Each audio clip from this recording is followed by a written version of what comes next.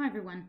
In this video, I'll show you how to figure out how your country has handled the Trilemma decision. That's one of the requirements in your essay, which is a portion of the final exam. So in other words, you need to figure out for the country that you have selected, have they chosen to give up having a stable exchange rate? Have they chosen to give up independent monetary policy? Or have they chosen to give up free capital flow? To determine this, you need to know two things. You need to know the exchange rate regime of the country you're choosing. Is it pegged or is it fixed in general? And then you need to know how open to capital flows they are. So you can find the country's exchange rate regime by using the IMF classification system, which you can find in the IMF annual report on exchange rate arrangements. You can Google search that title, or you can go to the link in Blackboard. So under course content, go to articles and videos, and then chapter 10, Trilemma of International Finance. And at the bottom, here's a link to that most recent version of the IMF annual report. It takes you to a web page where you can download it. So just click on this free download. I already have it downloaded here. Recall, Table 1 shows the main classifications of exchange rate regimes. So we have these three overall categories: hard pegs, soft pegs, and floating. And then within each of those three main categories, there are subcategories. So there are two flavors of hard pegs: exchange rates with no separate legal tender, dollarization in other words, and a currency board. Soft peg, we have 5 different subcategories. And then for floating, we have 2 subcategories. Floating, which means the country intervenes at exceptional times, sometimes.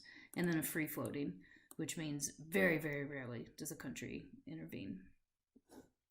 So table 2 is where you find the categorization of exchange rate regimes. You can press Control F and look for table 2, or just navigate to it a few pages down.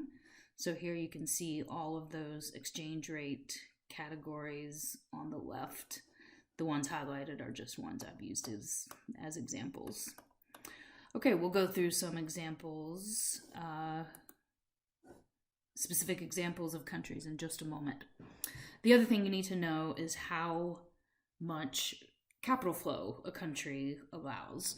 So this is not the kind of thing where it's all or nothing. It's allowed or it's not allowed. Countries vary in their degree of capital openness. There's all kinds of different specific limitations you can put on capital openness. So the IMF has developed an index measure of capital openness. It ranges from 0 to 1, and 1 indicates maximum free capital mobility. 0, a value of 0 in that index indicates a country is not open to capital flow at all. So to get to this index, you can Google search IMF Capital Openness Index, or you can also go to the link from Blackboard at the bottom here in the Chapter 10 Trilemma folder. Okay. Then what you will do is click on the aggregate openness, and you can see they have different values for different subcategories, but we're just going to go with the overall aggregate openness measure, which is the top left. So this is a great website for visualization. You can see all of the countries on the left, as well as a map. So you just click on a country that you want to see the data. So this value is their capital openness. So Albania is much more open than Algeria.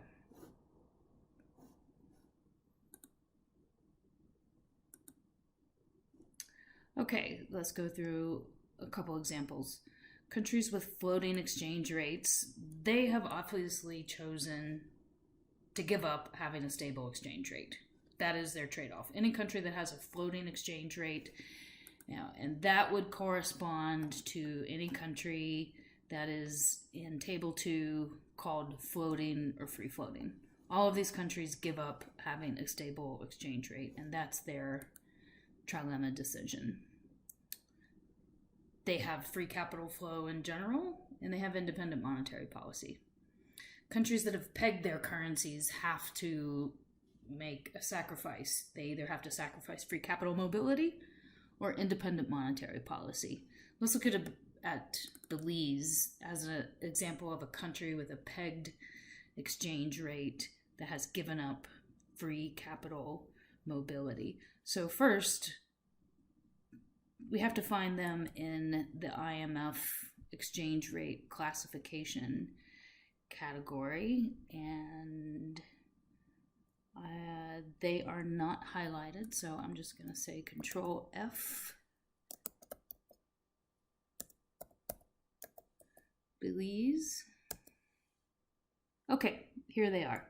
So they have a conventional peg. That's the most common type of soft peg. All right, next let's see how open they are to free capital flows. All right, I'm just going to scroll down to Belize. 0.05 on a scale of 0 to 1, that is extremely closed off. That's extremely low value. So Belize, it must be the case, Belize is giving up free capital mobility. Let's look at another example. Hong Kong. Hong Kong sort of is famous for having a currency board, and that's a type of fixed exchange rate. We can see that in the IMF document here. Hong Kong is highlighted. So the question now is, because they have a fixed exchange rate, did they give up having free capital flow, or did they give up having independent monetary policy? Well, we can look and see how open they are to capital and infer that. And they have a very high degree of capital openness. Let's just look, let's scroll down to Hong Kong.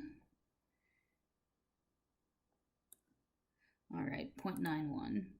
So this is the data that developed this index is a 10-15 year period that goes through about 2015. I can't remember the precise years, but this is not just a one snapshot, 1 year data. So Hong Kong is very open to free capital flow, so it must be the case that they have given up independent monetary policy. Sometimes there's gray area in the real world, and sometimes a country gives up a little bit of two sides of the triangle. For example, Brazil has a floating exchange rate according to their IMF classification, so they fall under floating instead of free floating, which is essentially the dirty float category. So there is Brazil.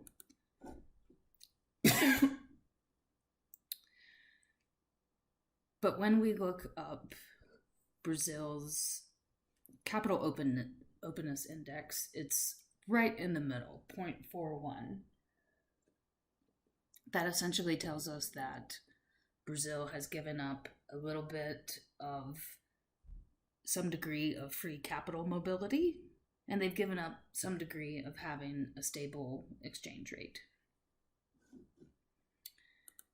The next page of notes is just a summary of examples. So you need to check the exchange rate regime in the IMF report and then see how open to capital your country is.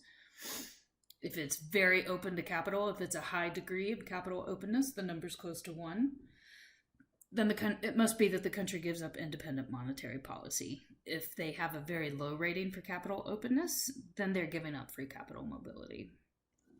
So the United States has given up having a stable exchange rate because we have a floating currency. We just went through the example of Belize and Hong Kong, and then I went through Brazil as an example of a country that gives up a little bit of two aspects of the trilemma. So they give up a little bit of exchange rate stability and a little bit of free capital mobility. Mexico is another country that is an example of a country that gives up a little bit of two things. Their exchange rate regime is categorized as free floating, but their capital openness index is right in the middle. So they certainly give up some degree of free capital mobility, and they must also give up some degree of independent monetary policy as well, because they have some capital mobility. Hope that helps you write that part of your final essay.